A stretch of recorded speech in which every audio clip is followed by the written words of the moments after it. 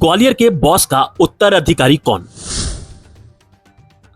ये सवाल तब उठता है जब पहली बार बॉस के छोटे कुंवर बीरबल प्रताप सिंह को उनके समर्थकों ने बॉस का खिताब दे दिया हो। ग्वालियर में हर चौराहे, हर गली और हर सड़क पर लगे छोटे बॉस के होर्डिंग बीरबल प्रताप सिंह तोमर को बॉस बनाने का पहला कदम नजर आ रहा है।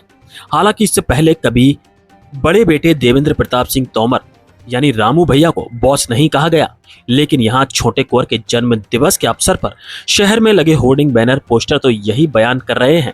हालांकि छोटे कुंवर रघु भैया के जन्मदिन के मौके पर कमला राजा अस्पताल में मरीजों की सेवा कर रहे उनके समर्थक दोनों ही भाइयों को बॉस मानते हैं। वे ये भी कहते हैं कि रामू भैया और रघु भैया दोनों ही हमें आधी रात को भी काम आते हैं, तो भैया नरेंद्र सिंह तोमर जैसे देश के सबसे कद्दावर नेता जो सौम्य स्वच्छ छवि के साथ राजनीतिक हालाकों में साइलेंट किलर के तौर पर जाने जाते हैं, उनकी राजनीतिक विरासत का हकदार कौन होगा?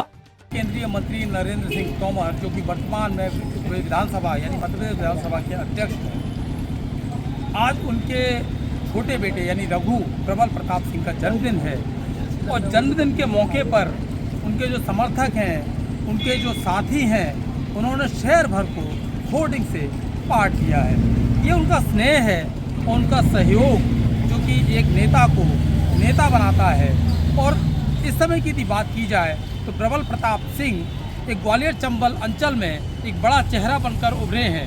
युवा नेता के तौर पर सौम्य और स्वच्छ छवि वाले रघु भैया जिनको कहा जाता है, रघु भैया उनके समर्थक जो है और उनके सहयोगी हैं वो प्यार से उन्हें बोलते हैं। चूँकि उनको तमाम सारे जो इससे पहले जो है नरेंद्र सिंह तोमर को बॉस की संज्ञा दी जाती है, अब चूँकि रघु को भी यहाँ पर तमाम सारे होर्डिंगों में बॉस कहा गया है, तो एक सवाल उठता है कि नरेंद्र सिंह तोमर की जो कि इन्होंने इतना बड़ा एम्पायर बनाया, इतनी बड़ी विरासत खड़ी करी, राजनीतिक विरासत का मेन जो उत्तराधिकारी होगा वो कौन होगा, ये सवाल उठता है। तमाम सारे लोग मौजूद हैं जो कि आज इन्होंने की जो बहुत सारे जो है पुण्य कार्य किए हैं और आज जो है कमला राजा हॉस्पिटल में यहाँ पर खिचड़ी भी इन्होंने मरीजों को बांटी है, मरीजों के अटेंडरों को, मरीजों को। तो कहीं ना कहीं इस तरह के जो आयोजन होते हैं वो एक सहयोग का और जो परमार्थ के लिए एक बहाना बन जाते हैं। लेकिन सबसे अहम बात यह है कि जो समर्थक हैं वे अपने नेता के जन्मदिन के मौके पर पुण्य भी कमाते हैं और इसका पुण्य उनको भी मिलता है जिनके लिए वे कर रहे हैं। मेरे साथ मौजूद हैं, कुछ लोगों से बात करते हैं। जी, क्या नाम है आपका? ऋषभ परमार। ऋषभ जी, थोड़ा सा एक मुझे बात बताएं कि किस तरह से देखते हैं, क्योंकि नरेंद्र सिंह तोमर का जो परिवार है वो बिल्कुल एकजुट है, आज तक पूरी शुद्ध और स्वच्छ और सौम्य स्वच्छ छवि रही है और नरेंद्र तोमर की खासतौर पर छवि रही है। इसके बावजूद इसके उन्होंने देश के, राष्ट्र के राजनीतिक पटल पर एक अपनी अलग पहचान बनाई, अमिट पहचान बनाई। इस तरह देखते हैं क्योंकि इस बार अब चूँकि दो लड़के हैं, उनके विरासत का उत्तराधिकारी कौन होगा, उनकी राजनीतिक विरासत जो कि बहुत बड़ी है, उनके नाम को बनाए रखना उनके बाद बहुत मुश्किल होगा, लेकिन कौन संभालेगा, क्या लगता है? संभालने के लिए तो दोनों भैया ही सक्षम हैं। सर्वप्रथम मैं रघु भैया को जन्मदिन की शुभकामनाएं देना चाहता हूँ। और आज कार्यक्रमों की घड़ी लगी हुई है, जगह जगह कार्यक्रम हो रहा है। इसी कार्यक्रम की घड़ी में आज हमने खिचड़ी वितरण करी। हमारे साथी लोग हैं यहाँ पर, सुनील जैन जी हैं, मनीष थापक जी हैं, अन्नू करार जी हैं, अनिल परमार जी हैं। एक मेरा सवाल है, क्योंकि आपने आज जो है उनको जो तमाम सारे होर्डिंग लगे हैं शहर में, इससे मैंने नरेंद्र सिंह तोमर को बॉस के रूप में कहा जाता था, तमाम सारे होर्डिंग बॉस के लगते थे। लेकिन अब चूँकि रघु भैया को भी तमाम सारे होर्डिंगों में बॉस कहा जा रहा है, तो क्या लगता है कि उत्तराधिकारी वही होंगे? बॉस तो सभी हैं, बॉस भी हैं, नरेंद्र सिंह जी भी हैं।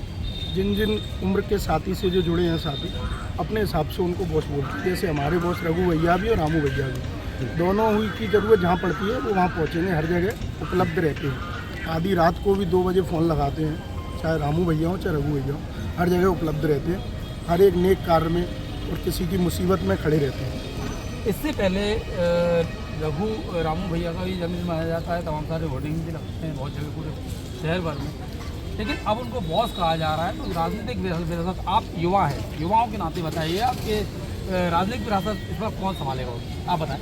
दोनों भैया ही संभालेंगे अभी विरासत तो, दोनों भैया को भी विरासत दी। नहीं, फिर भी एक को तो होना पड़ता है ना, एक को तो आगे आना पड़ता है। इससे पहले नरेंद्र सिंह तोमर उनके तमाम सारे भाई जो है परवेश ही कर रहे हैं, लेकिन अब चूँकि रामू भैया भी हैं, रघु भैया भी हैं, प्रबल प्रताप सिंह भी हैं, तो कौन संभालेगा इनकी बात, क्या लगता है? मेरे हिसाब से दोनों ही सक्षम है संभालने में, क्योंकि दोनों समाज से जुड़े हुए कार्यक्रमों में भाग ले रहे हैं और सामाजिक तौर पर जुड़ भी रहे हैं, जनता की समस्या सुन रहे हैं, निवारण कर रहे हैं और अपनी कार्यकर्ताओं के लिए पूर्णतः हमेशा खड़े मिलते हैं। सबसे यदि आपको दोनों में से एक को चुनने को बोला जाए तो आप किसको चुनेंगे? दोनों भाई, रामू भैया रघु भैया दोनों ही हैं। वैसे दोनों को चुनेंगे, एक को नहीं चुन पाएंगे आप?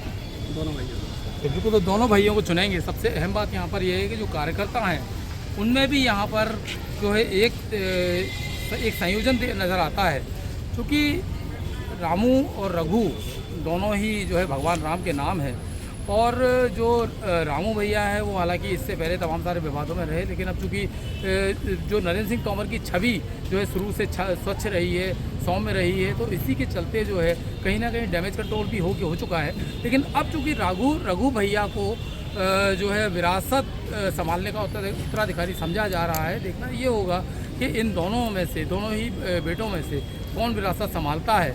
लेकिन सबसे अहम बात यहाँ पर ये है कि अब रघु भैया को, यानी प्रबल प्रताप सिंह को बॉस की संज्ञा उनके समर्थक, उनके सहयोगी देने लगे।